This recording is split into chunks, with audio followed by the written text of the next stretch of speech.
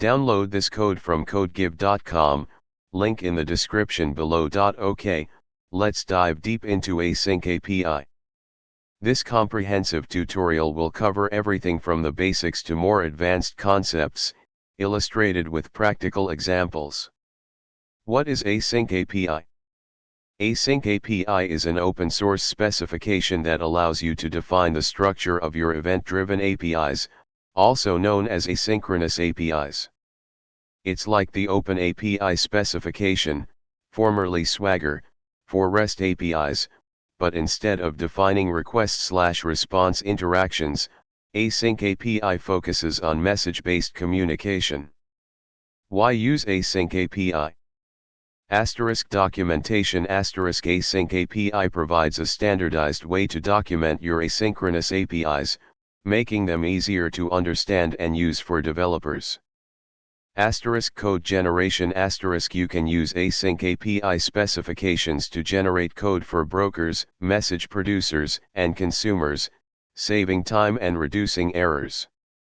API governance. Asyncapi helps enforce consistency across your event-driven architecture, ensuring that messages adhere to defined schemas and protocols.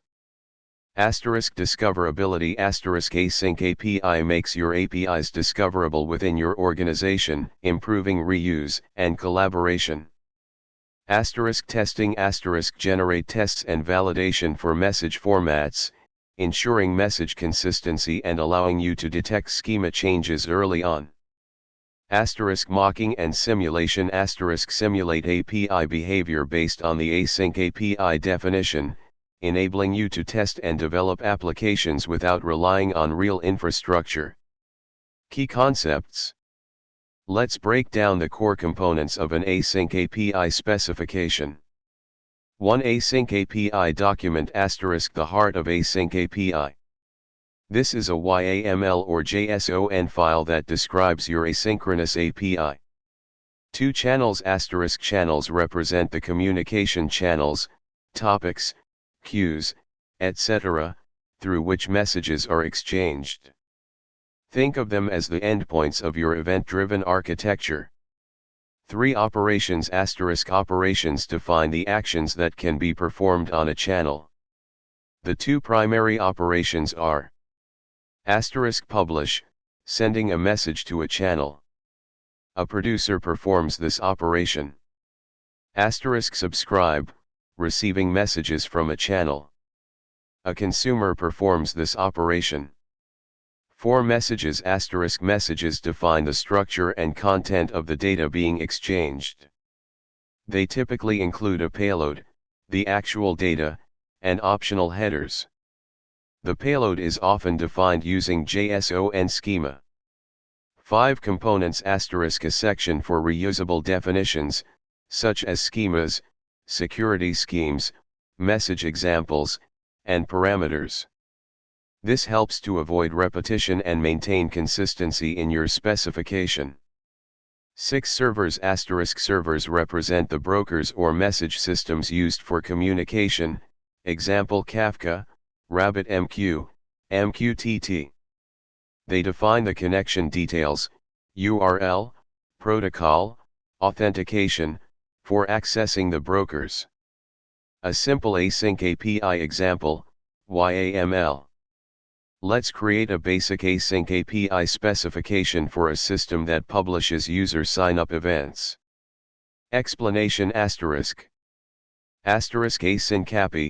2.6.0 specifies the asyncapi version. Always use the latest version for best compatibility and features. Info contains metadata about the API, title, version, description. Servers defines the Kafka server details, URL, protocol. You can define multiple servers for different environments, development, staging, production. Channels defines the user/signed-up channel. This is where sign-up events will be published. Publish describes the publish operation for the user/signed-up channel. Summary, A brief description of the operation. Asterisk operation ID, a unique identifier for the operation. Useful for code generation. Asterisk message, references the user signed up message definition in the components section. Asterisk components asterisk. Asterisk messages asterisk defines the user signed up message. The payload specifies the structure of the message using JSON schema. Asterisk schemas asterisk defines the schema for message payloads. This is included for legacy purposes, but it is better to define schemas directly within the message. Asterisk the JSON schema defines the properties of the user sign-up event, user ID, email, sign-up timestamp, their data types, and whether they are required. How to use this specification. 1. Documentation asterisk you can use tools like the asyncapi CLI or Studio to generate human-readable documentation from this specification. This makes it easy for developers to understand how to publish user sign-up events. 2. Code generation asterisk use the asyncapi generator, https://github.com/asyncapi/generator, to generate code for Kafka producers or consumers. This can automate the process of creating message handling logic. 3. Validation asterisk use tools to validate messages against the schema defined in the asyncapi specification. This helps to ensure data quality and prevent errors.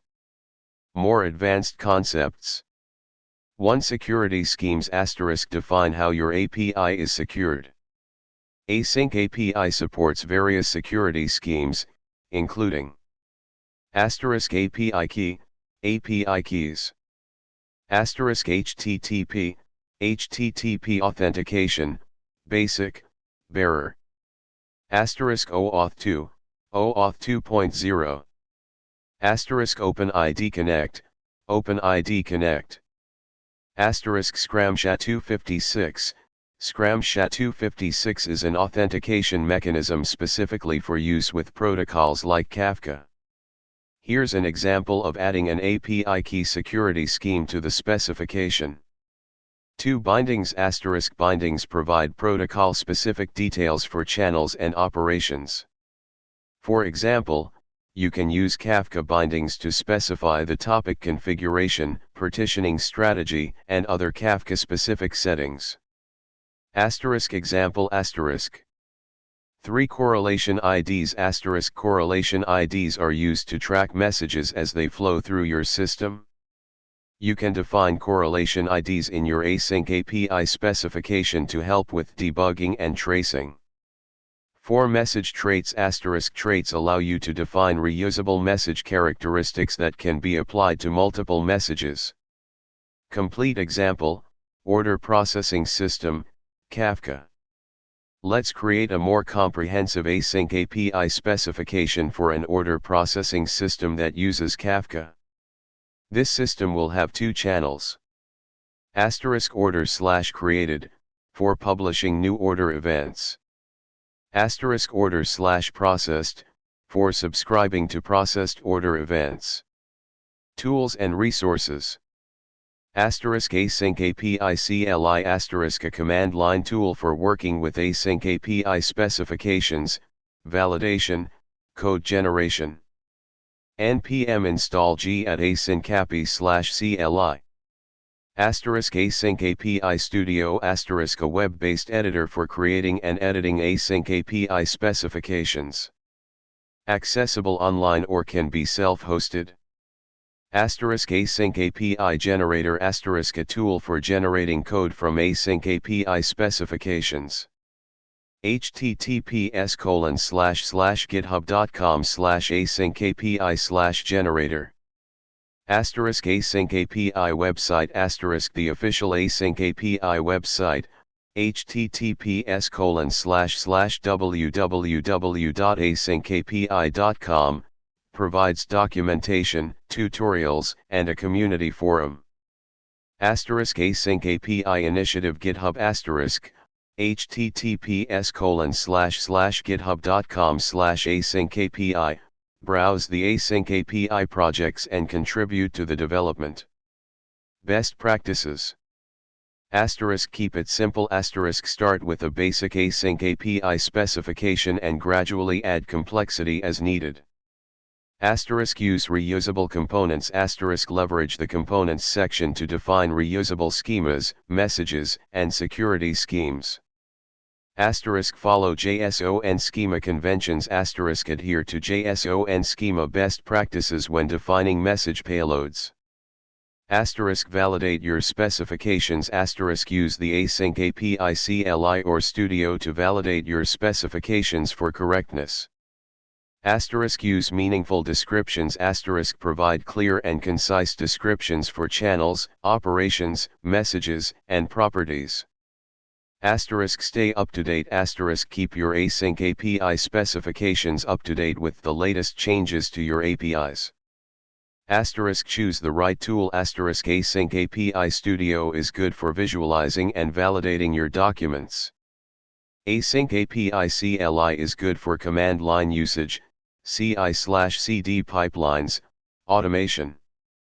Conclusion. Async API is a powerful tool for designing, documenting, and managing your event-driven APIs.